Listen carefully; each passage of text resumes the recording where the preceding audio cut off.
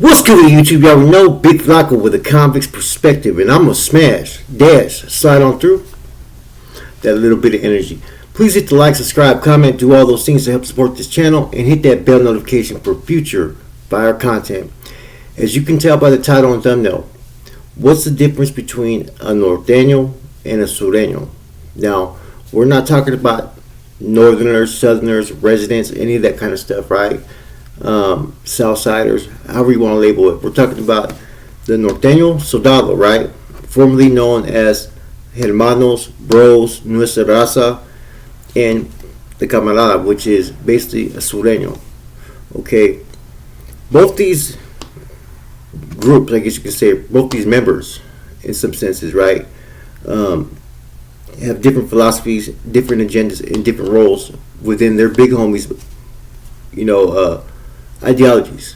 Now, norteño soldado, right, is there's a process to become one. It's used to be called nuestra raza or structure. You basically have to have two sponsors. You have to have the blessings of a carnal, NF member, to actually uphold that status or ranking and title of a norteño soldado. With that, they're recognized as the pioneers for the norteño movement, the ones that are pretty much the nuts and bolts to everything to keep the machine moving forward. They're the frontline soldiers. They're the ones that make the sacrifices. They're the ones that hold leadership roles. Okay, they are basically obligated under a format, obligation, and bonds. Right? This is your struggle. This is what you were about, and their commitment is only behind the walls. Now, the difference between that and of a sureño, a camarada, right, is someone who has the blessings of a, what you call señor, a pili, a big homie for down south, a Mexican mafia member. And a lot of times they'll have roles as, secretary for one of them. They'll take care of all the dirty work. They'll run yards, all that stuff that plays a role. Okay, now within the camarada sureño, it's almost a little bit different. Whereas the norteño soldado, right, you're obligated. You have a whole long list of members that have obligated themselves to the lucha, the struggle, right? The sureño, he's pretty much obligated himself to that, to functioning under a particular Mexican mafia member. He's basically a representative of that MA member. As far as the crews, the squads, whether it's on the streets, his obligation is not to necessarily to the Sureño movement, Southside movement, whatever. A lot of times it's more in tune with that particular Mexican mafia member in which they're working under. Okay, that's how he gets his support. That's how he gets, if there's an issue or something, he reaches out to that member and hopefully things get meted out. Now, at the same token, the irony of this is this, that you could be a Sureño camarada, right, making every decision based upon what your big homie has given you. Okay, now if that big homie gets put on disregard or is deemed, a lot of times everybody that was working with him also gets deemed as well. Okay, whereas the norteño soldado, he doesn't have really necessarily an obligation to fall under one particular NF member. His status is gonna pretty much translate everywhere he goes. His role is more that he has the same expectations of every other norteño soldado, to fall in a branching union and basically work parallel with other pintas and have everything up to par. Okay, that's big when it comes to the norteño movement. And as a member, you're to maintain everything up to par with the expectations that the people have set forth, right? Whether that's the norteño council or whether that's the nuestra familia who's in charge of all the, the whatnots at every institution.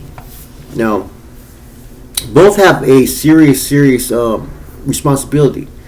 One has more of a schooling process. Okay, a norteño soldado has to go through a rigorous training session, and after years of experience, until he's considered what you call a competent, seasoned soldado. That means you know what's expected everywhere you go, and you know how to act upon it. They have bylaws that they have to pretty much follow. They have a format that is the introduction into what they're about. Now the sureño, the camarada, his schooling may be different from time to time. They don't have no set 7 phases or bonds or any type of fucking bylaws that pretty much obligate them that they have to fall under. Their only bylaws they have to fall under is the MA member that they're working for. Okay. Now, from time to time, you may have several different individuals that are camaradas that are at an institution, and that's where you'll hear about the the council and the different positions that they may hold. It's changed over the years, right? And sometimes you'll see butting heads more because you may have an individual over here that is working with this particular MA member in the past, right? And that MA member may have more pull, more authority, and this one over here maybe is under an individual who has question marks at the time or is on the process of maybe being deemed or put on disregard. That makes it hard for SURENO to really know what to expect from institution to institution. It's kind of more of a difficult trend. I see that a lot more people get crossed up based upon whatever happens with that member that they're working under. Whereas if you're a RAZA member, Norteno Soldado, you're obligated under the bonds and formats. This is your expectations. As long as you uphold that, it doesn't matter who you were working under in the past, who pulled you or whatnot. You're only gonna be held accountable for what you do, not what the next man does.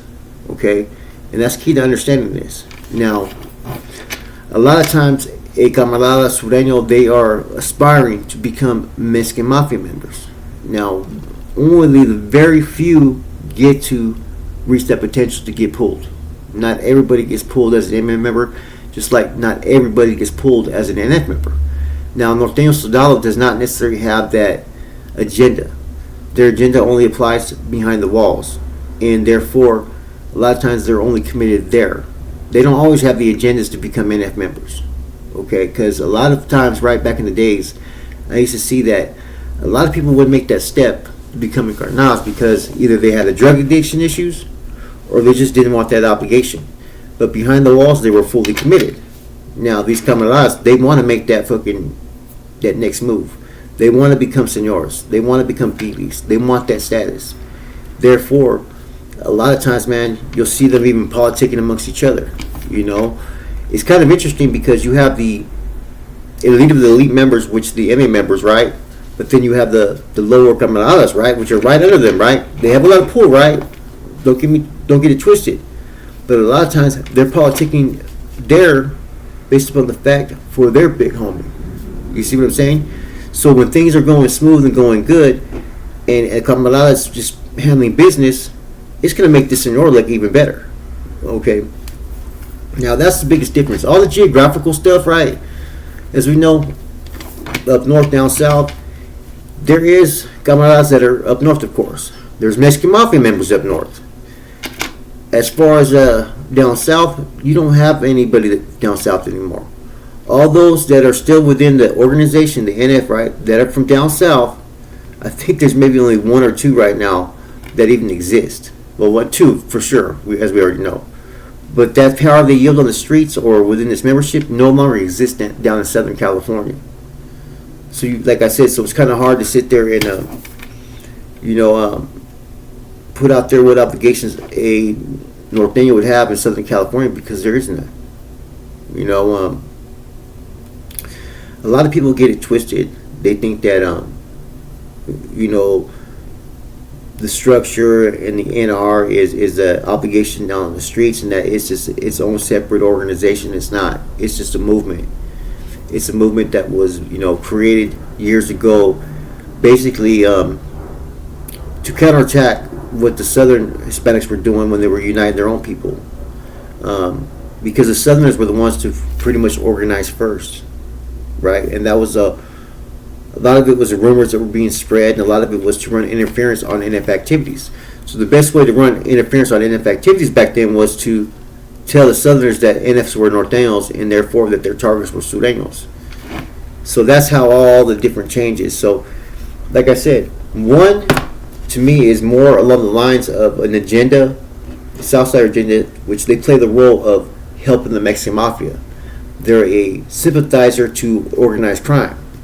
Whereas the Norteno Soldado, they're not a necessarily sympathizer to organized crime because they have their own movement, they have their own foundation, and this is where it applies. See, the Norteño struggle was not about fucking generating fucking money, control territories, and being mobsters. It had nothing to do with that. It was about securing, establishing, and educating these lines for the gente so they could have places to go without threat from any oppositions. That's all the Norteño movement has ever wanted. And in lieu of the end all hostilities, you now see that. There's Norteños that can go to certain prisons without threat or interference from the opposition. But what you're now seeing is more politicking. So, for those that want to know the difference between a Norteño and a Sureño, it's based upon beliefs. Norteño's belief is about the betterment of the people and about being a frontline soldado to protect that. Now, a Sureño, his role is to assist and promote and do whatever he can for that particular Mexican mafia member that he represents. See, it's not that he's representing for every Sureño out there necessarily or any Sureño cause. It's for his member. And that's the difference. Now, with that comes that they working relationships with other Southsiders because they have to, because they're on these yards, and prison yard shit happens. So you're going to have that type of communication and assistance and roles that each one plays. But the overall agenda is different as opposed to a Norteño Soldado, right? It gets a little bit confusing, all the different labels and titles and statuses, resident, Southsider, Sureño, to Norteño Soldado, Northerner. But if you really look at it, they both kind of mirror each other, and the Norteño Soldado's role isn't put out there to be, the anchors or to assist mob activities, but in a lot of senses it is. It's just that some of them will only apply that behind the walls. Others will take it out to the streets to where they will assist a regiment. They will be labeled as an NF associate, but it's not as obligated. I think it's kind of a trip. Now, if you look at the course of history, right, like with the Southsiders, their big change came in the early 90s, right, with Sana and all them having those juntas, and then Puppet from 18th Street and Bessie and all those cats. Their focus at that time was taxation, control of territories, and whatnot. Around the same time is when the NF started to impose years later after that the red on red policy and whatnot, and El Norte law, and that was to unite everybody together to have one purpose. So the NF can come in and sweep in and collect this. And now everybody has a role in everything. It's became more about the money for both these groups over time. Now for the MA, it's always been about money. But for the Sureños, right, a lot of times back in the days, they would just play their role in these yards, do the best they could to secure it. And it was a lot easier because they had the numbers, like I said. Only in Northern California were the Norteños a threat to the Southsiders. Down south, there was no threat. And over time, now you have what you have today. Like I said, the system's changed. All these labels and titles, like, we never knew back in the days what the Southsiders were really doing. What their agenda was, what their cause was. We always wondered, did they have bonds or formats like the Norteño Soldados, Did they have a goal with its people? Did they politic a certain way? How did they deem someone no good? Or how did they file charges? And it seems like the difference between the two is one has a more of like a due process procedure. There's a procedure to all of it, investigations and whatnot. Where with the Sureños, yes, they investigate these matters and whatnot, but they really don't necessarily always fall back on any type of bylaws or laws. A lot of times it's going to be an MA member that's going to give them the green light to handle business. Same could be said of the NF, but there's rules that have been put in place for Norteños to act upon their own. And it's like, which system is better? It's kind of hard to say. With a Sureño Camarada, he's basically being groomed to become an MA member. Whereas the NUESTRA RAZA member, he's not being groomed to become an NF. That's something that when they do basically an evaluation, they look at different candidates to see who they may want to pull. And like I said, the NF has, like, basically when they open the book, sometimes they have to recruit people for certain areas for certain reasons. It's a little bit more sophisticated, I guess, on the NF side. But on the MA side and Sureño side, it's a little bit more power, control, and the one thing that they like to do is make sure that they have their people online, period. And they'll set an example real quick. They'll make a daily example just to get people online, you know? Anyways, I thought this was an interesting topic, man. You know, one of them, like I said, is more focused on the schooling, the laws, and that for the collective. The other one is more, like I said, for the individual. But to say who gets more schooling, who gets more education, I would have to say the Norteño Soldados, but there's a lot of Sureños that get schooled by the MA members they're working with. See, that's the biggest difference I've seen when I was locked up, was that the NF would school Northerners and Norteños and whatnot. The MA, they didn't have no schooling system for the Sureños at all. No bylaws, no structure, no nothing. But their system worked. And like I said, both groups are powerful, but both groups have a different way in which they apply it, if that makes any sense. Anyways, hope you guys enjoyed this, man. More content to come later. It's your boy Flacco, ACP. I'm gone.